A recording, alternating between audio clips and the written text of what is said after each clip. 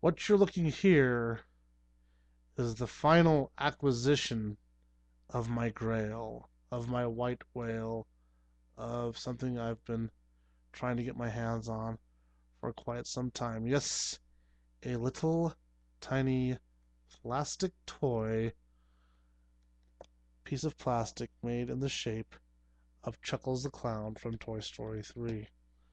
Ever since I saw that movie and saw Chuckles the Clown, I said to myself, I got me to get me a Chuckles toy.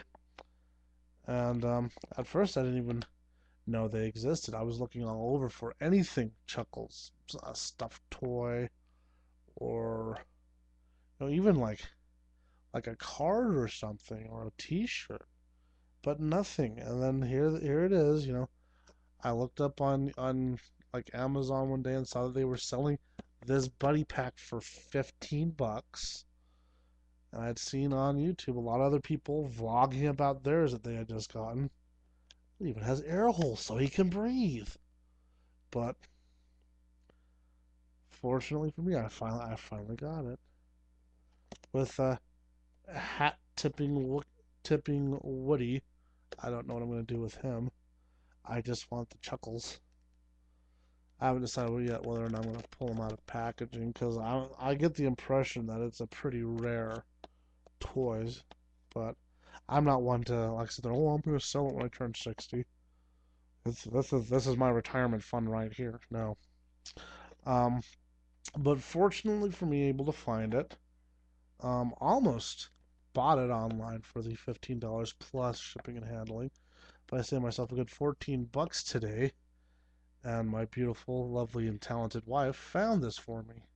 I had noticed that they were still stocking these buddy packs over at Walmart, and um, on Friday night, I told my wife, I says, we need to get to Toys R Us or something so I can try and look for these.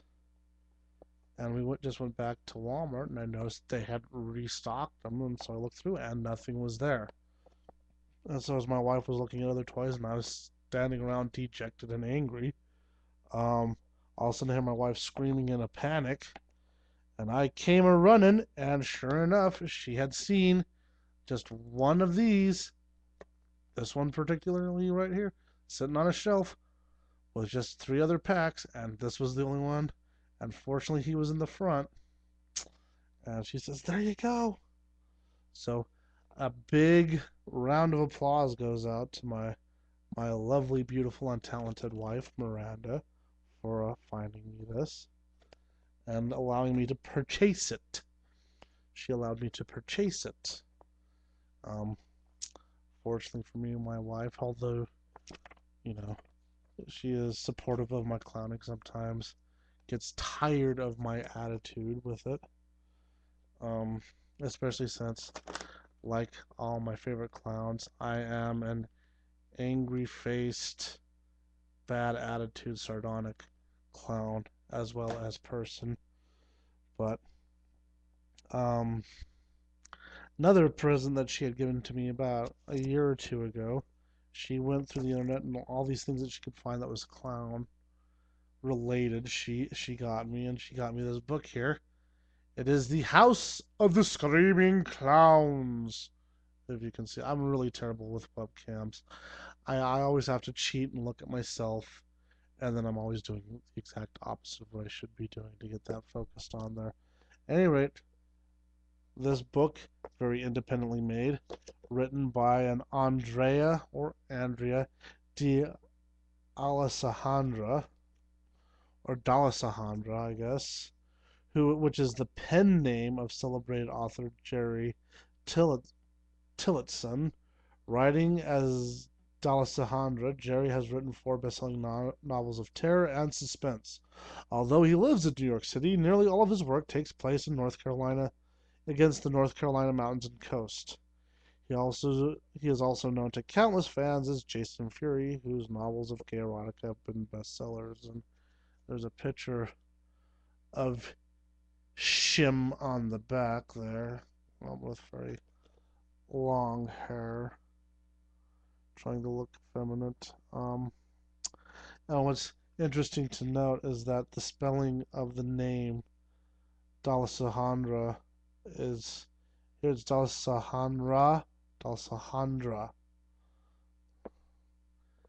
Spelled differently right on the back there, so it shows you how independently published this is. Um, it's the story of this house that was built by this sadistic rich man, and he kept his wife and daughter there and made them clean the house themselves, and they were not allowed to read magazines, newspapers, or have televisions, or even a radio. And he was abusive and mean. The daughter had a child that was like crazy and deformed, and that is the evil clown that's stalking through there. It's a cannibalistic clown. Who also kidnapped a child and is raising it as his own. They're dressed in furs and body parts and whatnot. And this house has gone through many changes.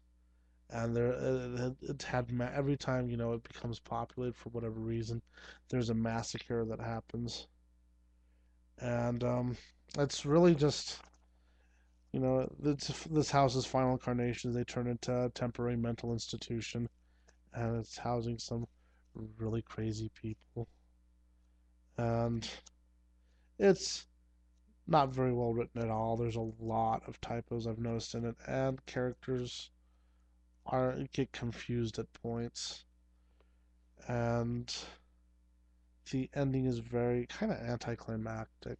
Nothing. When the massacre finally happens, it's like, oh, that's it. And so there was no real big conflict by the end, no big moral battle. It was that easy for Benji the clown to go around killing everybody. And he's not even really a clown. He's a cannibalistic monster. He's really huge.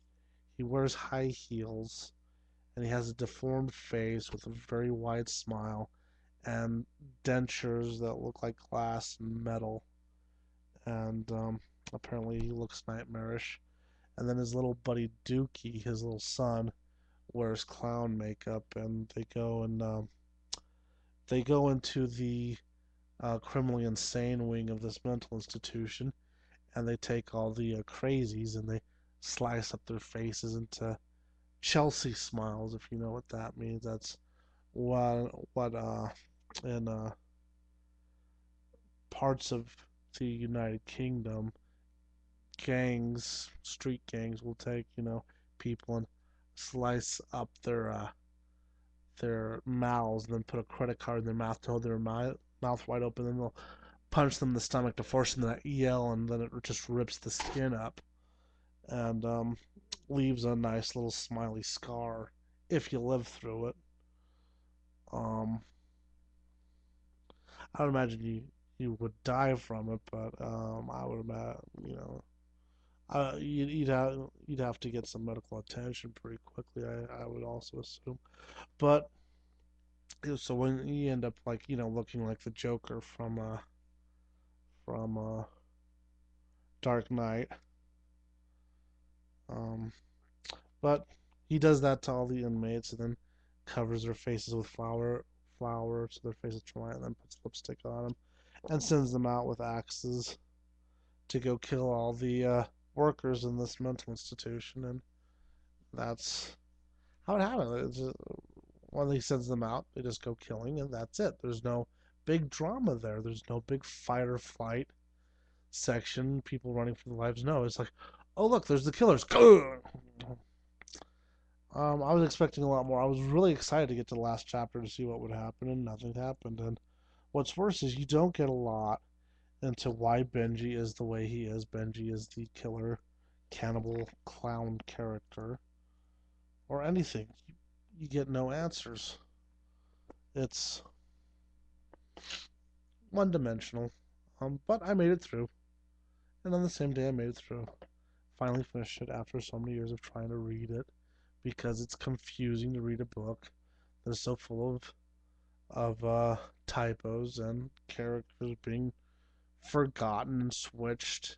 And oh, that character's supposed to be here. Oh, on this page they're over here, and on this page they're over there. But you know, got through this book, so I can be proud of that. didn't give up entirely, and I got Chuckles the Clown to add to my favorite style of clown collection: angry, sarcastic, and sardonic clowns. Clowns that aren't smiling, which is what I like. I also like the scary clowns, and I like the evil clowns, but I like the clowns with a bad attitude. Namely, Mr. Chuckles, Shakes the Clown, Krusty the Clown. I also have a little bobblehead.